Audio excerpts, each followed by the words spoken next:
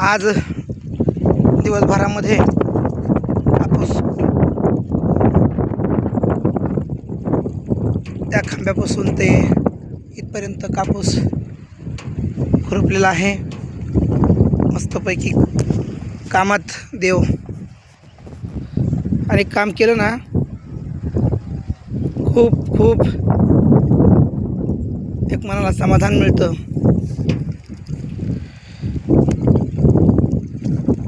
आज सुट्टीच्या दिवशी दिवसभर